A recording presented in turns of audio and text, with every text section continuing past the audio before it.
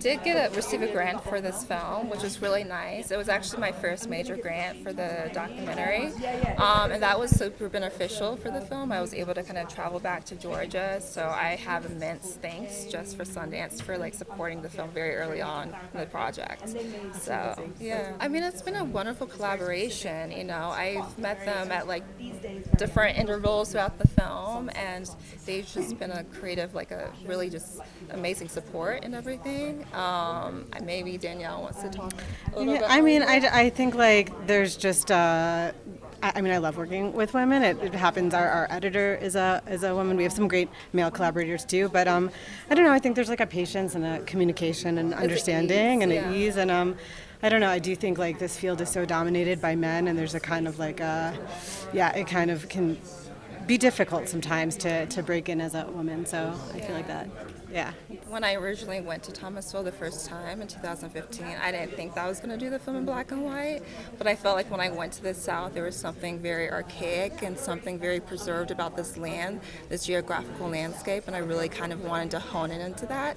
And also I realized many of the farmers that I was focusing on were elderly and they were aging, and so a lot of the times in the film we see them in cars or they're idle, and so I wanted to kind of lean into that patience, and I feel like there's something so beautiful about black and white portraiture photography.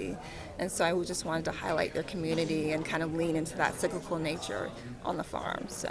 Oh my gosh! I mean, I'm really excited to be here. You know, this is kind of like the dream for filmmakers to premiere at Sundance. So to be here for like the 7th time is like really, you know, amazing. And I'm very excited, especially for Brittany, because she's a first-time director and it's her first Sundance. So it's really remarkable. Yeah. So I remember very early on when she reached out to me. I guess it's maybe 6 years ago now, like in 2019. You know, first, you know, she was, you know, looking for a producer, and she showed me a little bit of the footage that she had filmed. And I'm always looking for like what the potential of a film might be. And I'm a producer and editor, so I think about it in a number of ways. And it was just it was very clear that she had a very intentional vision, and it was very patient, and it was very, you know, loving. Like there was something about it that just kind of really spoke to me, and I said, this could really have the potential to like elevate like sort of larger issues that are, you know, that kind of emerge in the film without having anyone explain it to you. You're just kind of living it with folks, because she's just so, you know, intentional about how she captured everything.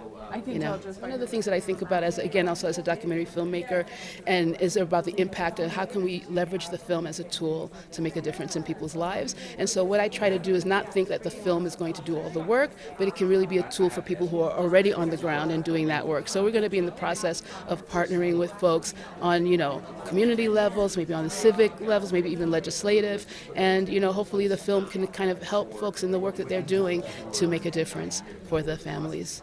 Yeah, I mean, it's amazing to be back. It's been since 2020 was the last time I was here. And yeah, I mean, I have all of the pre-premiere butterfly feelings at this moment.